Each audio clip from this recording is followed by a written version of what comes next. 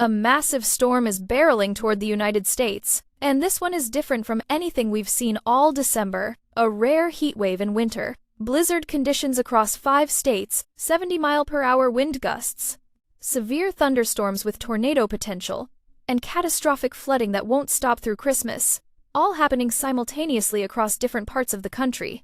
At the 4-minute 55-second mark, I'll reveal the exact 8-hour window when travel becomes impossible across the upper Midwest, and at 3 minutes 30 seconds, you'll discover why this atmospheric river event ranks among the most dangerous in years for the Pacific Northwest. But first, look at what's setting up right now. The jet stream is undergoing a dramatic transformation.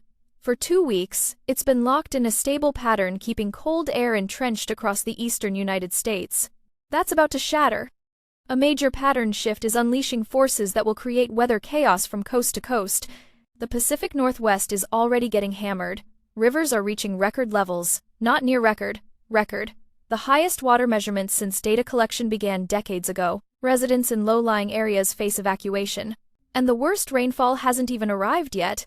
A powerful jet stream is ripping moisture out of the Pacific Ocean at an extraordinary rate. Picture a fire hose aimed at Washington, Oregon, and Northern California.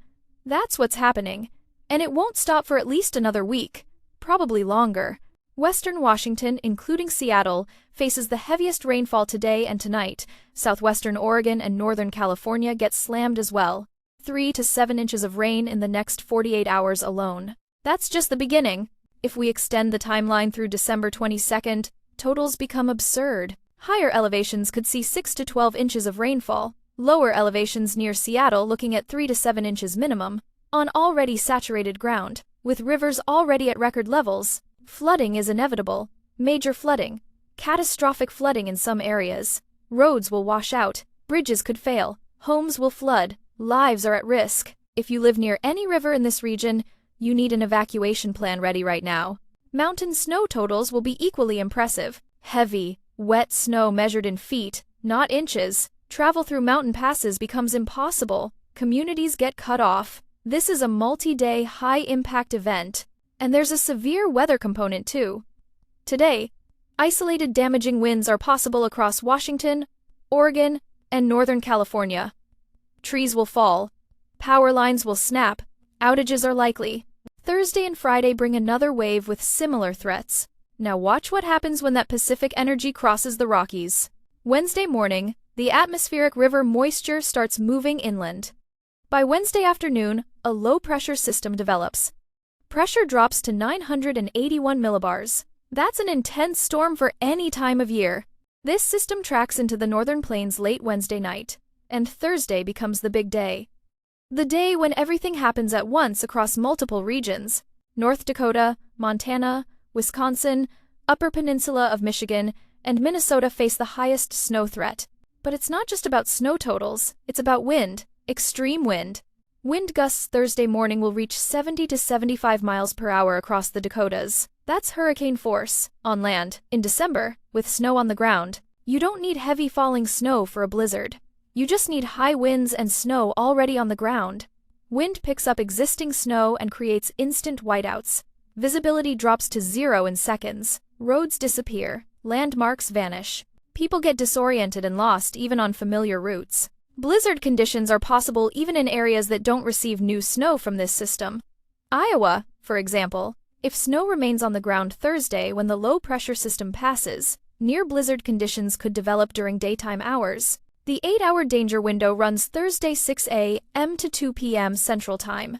Peak intensity occurs during this period across North Dakota, South Dakota, Minnesota, and northern Wisconsin. If you're in these areas, stay home. Period. Travel is not just difficult during this window, it's potentially fatal. Multi-vehicle pileups happen in these conditions. People get stranded. Rescue crews can't respond because even they can't see. This is not the time to test your vehicle's capabilities. By late Thursday, those extreme winds expand eastward. Widespread gusts of 40 to 60 miles per hour from Oklahoma to Minnesota.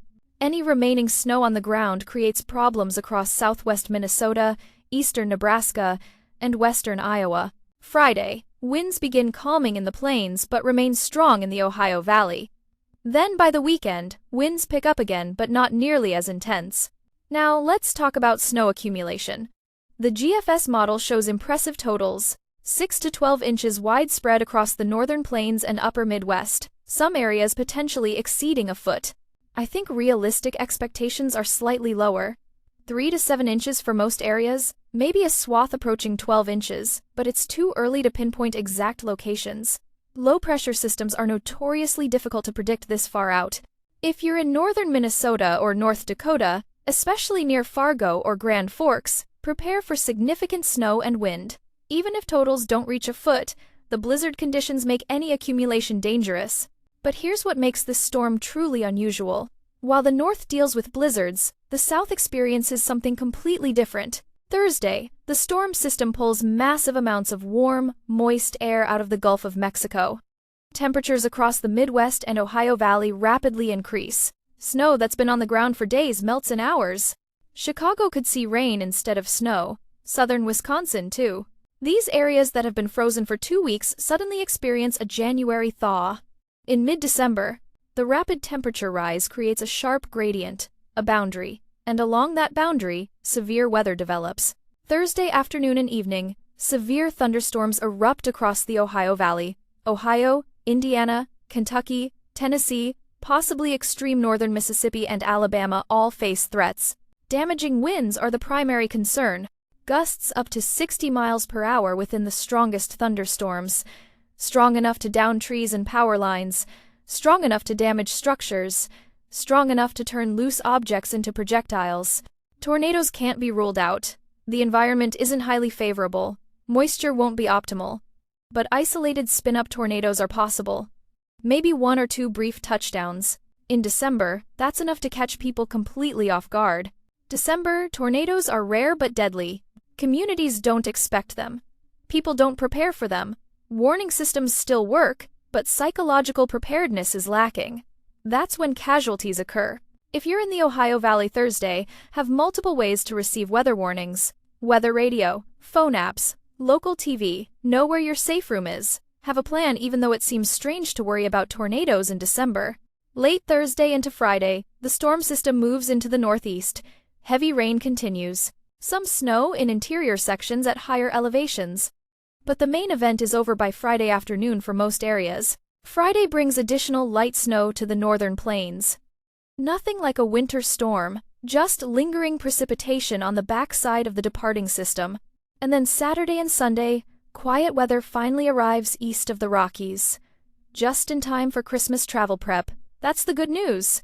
People can move around, roads clear, conditions improve. But the Pacific Northwest gets no break. Saturday and Sunday continue the atmospheric river onslaught.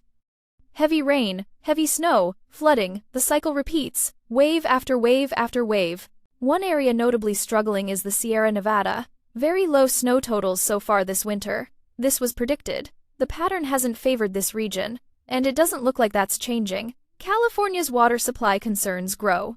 Now let's talk about Christmas. We're still more than 9 days out. Things will change. But here's the current thinking. No major problems are forecast for Christmas Day as of right now. There could be a snowstorm somewhere. There will be rain along the west coast. Temperatures will probably be above average, but nothing indicating major travel disruptions nationwide. That could change. It's still far enough out that surprises are possible. But the current pattern doesn't show any big storm systems targeting Christmas travel. That's cautiously optimistic news. Knock on wood. After Christmas, the jet stream becomes very zonal. That means west to east flow with minimal north-south waves. Any moisture coming out of the Pacific and crossing the Rockies could cause problems for the northern tier right before New Year's. Something to monitor. The pattern through the end of December looks active for the north and west, quieter for the south and east after this week's storm passes. Not boring. Just less chaotic than what we're about to experience. Now let's break this down by region with specific action items. Pacific Northwest. You're in the crosshairs for at least another week. Multiple atmospheric river events. Relentless rainfall. Ongoing flooding. Mountain snow measured in feet. If you live near rivers, have evacuation plans ready. Monitor water levels constantly. Don't wait for official orders. If water starts rising, leave early. Northern Rockies. Significant mountain snow continues. Passes close frequently. Avalanche danger is extreme in backcountry areas. Don't attempt mountain travel Thursday through Saturday unless absolutely necessary. If you must travel, have survival gear in your vehicle. Northern Plains and Upper Midwest, Thursday is your danger day. Blizzard conditions likely. Winds of 70 miles per hour possible. Travel is not recommended Thursday morning through early afternoon. Stock up Wednesday. Assume you'll be stuck at home Thursday. Have food, water, flashlights, batteries ready. Great Lakes. Lake effect snow activates behind the main system Friday and Saturday. Downwind areas see heavy sustained snowfall. If you live in snowbelts, you know what to expect. Clear your driveways early and often. Snow will be heavy and wet. Midwest and Ohio Valley. Rapid temperature swings. Cold Monday, warm Thursday, cold again Friday. Snow melts Thursday, creating flooding in poor drainage areas. Severe weather possible Thursday afternoon and evening. Monitor forecasts closely. Have shelter plans ready. Mid-Atlantic and Northeast. Heavy rain Thursday night and Friday. Some higher elevation snow in interior areas. The main impact is timing. If you're traveling Friday, expect delays. Roads will be wet. Visibility reduced. Accidents likely during morning commute. Southeast. Warmer and wetter than normal. Thursday's severe weather stays mostly north, but isolated strong storms possible in extreme northern areas. Otherwise, a relatively quiet week compared to other regions. Southwest, quiet and warm, record high temperatures possible in some locations. Good travel weather, enjoy it if you're in this region. You're one of the lucky ones this week. At the 20-minute mark, here's what you need to understand about atmospheric rivers. These are not normal rain events. Atmospheric rivers are concentrated channels of moisture in the atmosphere, typically 250 to 375 miles wide and over 1,000 miles long. They transport moisture equivalent to 10 to 15 times the flow of the Mississippi River. When one of these slams into mountainous terrain, forced lift squeezes out incredible amounts of precipitation in short periods. Rainfall rates can exceed 1 inch per hour for sustained periods. That's what causes catastrophic flooding. The Pacific Northwest sees these regularly. But this event ranks among the most significant in recent years based on duration and intensity. It's not one atmospheric river. It's multiple systems stacked up over the Pacific like planes waiting to land. One hits Monday and Tuesday. Brief break Wednesday. Another hits Thursday and Friday. Another over the weekend.